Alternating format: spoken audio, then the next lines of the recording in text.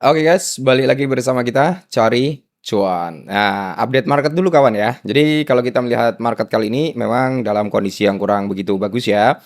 Secara keseluruhan ya market ini dalam kondisi yang notabene itu mengalami penurunan semua, termasuk daripada Bitcoin ya.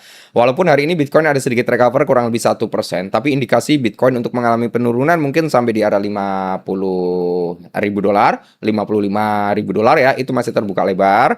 Jadi implikasinya kalau nanti Bitcoin bisa breakout atau naik sampai di area 65 ya, bahkan sampai di area 70.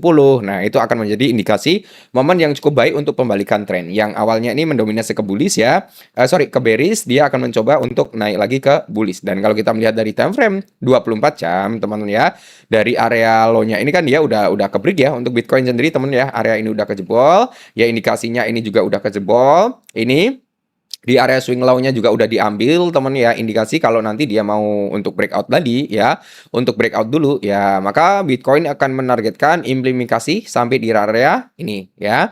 71 bahkan bisa sampai di area 73. Semoga saja nanti bisa ke area tersebut dalam waktu dekatnya. Karena nanti kalau Bitcoin bisa ke area 71, 73, itu indikasi untuk altcoin mengalami kenaikan yang cukup signifikan, itu terbuka lebar. Bahkan ada indikasi untuk sampai di area 0,786, yaitu di area kepala 77. Semoga saja ya. Oke, sebelum lanjut teman-teman ya, di sini kita menggunakan salah satu sentralisasi exchange lokal, yaitu si Bitem, teman ya. Ini udah teregulasi payung hukum dengan terdaftarnya di OJK dan Bapeti ya. Nah, di sini teman ya, untuk Bitem ini adalah salah satu sentralisasi exchange yang menurut saya pribadi ini lokal ya, tapi memiliki biaya fee yang cukup rendah untuk biaya withdrawnya. Nah, kenapa? Karena di sini teman ya, untuk withdraw itu cuma dikenakan Rp2.522 sekali withdraw, teman-teman ya.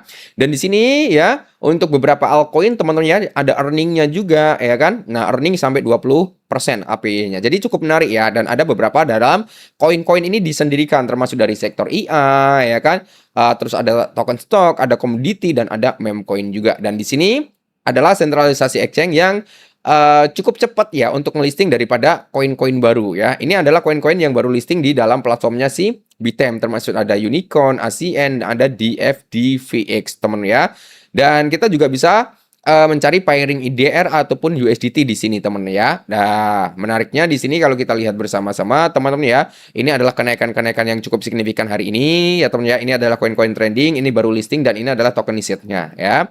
Oke, lanjut kawan-kawan, kalau kalian ingin menggunakan platformnya si Bitem, kalian bisa menggunakan link yang ada di kolom deskripsi. Nah, di sini kita akan membahas tentang salah satu koin yang cukup menarik teman-teman ya, yaitu si Hyperliquid. Nah, apakah saat ini waktu yang tepat untuk masuk ke dalam Hyperliquid? Jadi, untuk Hyperliquid sendiri kan hari ini berada di range harga 53 dolar ya teman ya. Ada indikasi untuk Hyperliquid breakout dulu sampai di area sini teman ya, sampai di area 55, ataupun nanti nutup fair value gap-nya di area 59. Tapi indikasinya si ini bro, si Hyperliquid ada potensi untuk mengalami rejection dulu, yaitu bisa sampai di area 44 ataupun di area 45 gitu ya.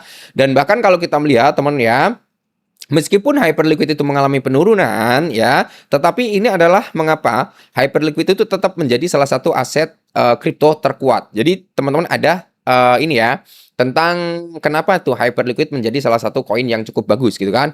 Fundamental Hyperliquid telah memperkuat fundamental jangka panjang meskipun pasar baru-baru ini melemah. Saat ini Hyperliquid masih berada di atas level support kisaran area 54, 55. Tetapi jika menembus zona tersebut, maka indikasi daripada Hyperliquid mungkin bisa sampai di area 40. Jadi ini ya, area yang memang bisa kita manfaatkan untuk sedikit ambil DCI. Dan analisis harga Hyperliquid itu penurunan harga yang sehat atau pembalikan tren teman ya. Jadi penurunan Hyperliquid saat ini memang menjadi salah satu penurunan yang cukup sehat. Karena apa? Dia sudah membuat ATH, dan secara overall altcoin juga mengalami penurunan. Nah, mengapa Hyperliquid itu tetap menjadi salah satu pilihan fundamental terkuat di dunia kripto? Jadi ada beberapa alasan teman. Yang pertama, model token berbasis pendapatan. Nah, jadi Hyperliquid itu telah menghasilkan lebih dari 1,15 miliar dolar mendapatkan protokol sejak diluncurkan. Membuktikan apa? Bahwa model bisnisnya didukung oleh aktivitas pengguna nyata dan bukan spekulatif. Itu poin pertama, kenapa fundamental Hyperliquid itu kuat. Yang kedua, mekanisme pembelian kembali yang di depan di industri. Jadi mekanisme buyback teman ya untuk hyperliquid itu berjalan. Sekitar 97 sampai 98% dari pendapatan protokol teman ya digunakan untuk apa? Membeli kembali dan membakar hyperliquid. Jadi untuk jangka panjangnya, koin hyperliquid itu akan semakin tipis. Makanya nanti dia indikasi untuk mengalami breakout kenaikan, ya mungkin harganya cukup signifikan juga bisa banget. Kembali dan melakukan pembakaran, menciptakan apa? Tekanan beli berkelanjutan setiap kali aktivitas perdagangan meningkat. Nah, ekonomi penawaran data, ya deflasi teman ya. Hyperliquid saat ini memiliki pertumbuhan penawaran tahunan sekitar 3,02%, menjadikannya salah satu dari sedikit aset kripto utama dengan tokenomics deflasi yang kuat. Yang berikutnya adalah jutaan token telah dihapus dari peredaran, teman-teman. Kurang lebih 46 juta hyperliquid ya senilai 2,8 miliar itu udah dibakar.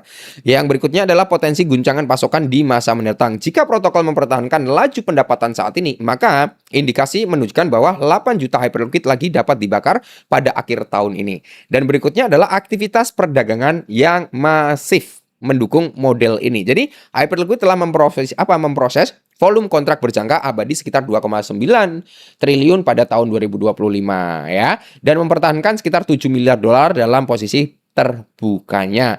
Inisiatif ya, ekosistem jangka panjang tetap substansial dan adopsi institusi terus meningkat terhadap Hyperliquid. Mengapa Hyperliquid itu bagus gitu ya? Tapi disclaimer kembali. Oke.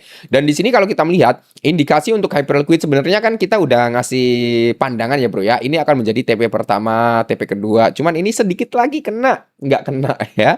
Sedikit lagi ya, malah terbentuk yang namanya pola double top. Makanya dia mengalami penurunan yang cukup signifikan. Nah, ini indikasi breakout.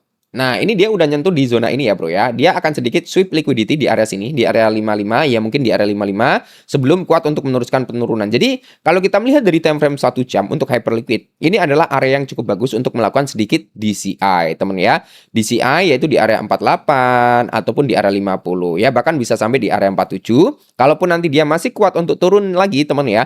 Indikasi dia mencoba ulang untuk di area ini, bro ya. Kita naikkan dulu ya. Set di area ini ya, yaitu di area kepala 44 ataupun di area 45. Itu adalah area yang cukup bagus ya untuk hunting daripada si hyperliquid. Jadi indikasinya saat ini dia masih kuat untuk turun. Jadi kan kayak gini ya untuk pergerakan daripada hyperliquid. Nah, dari sini dia naik mengalami penurunan. Nah, area ini udah ke-break, bro. Berarti udah membuat apa? Tren pembalikan karena di sini udah terbentuk yang namanya real choke ya, atau real choke-nya, change of character. Break area low-nya udah ke-break ya, udah membuat yang namanya break of structure di sini. Waktunya dia breakout. Nah, breakout-nya ini, bro, untuk membuat area resistance dan dia mengalami penurunan. Penurunan kembali ini udah nge-break area low-nya ini. Berarti apa? Terbentuk yang namanya break of structure kembali.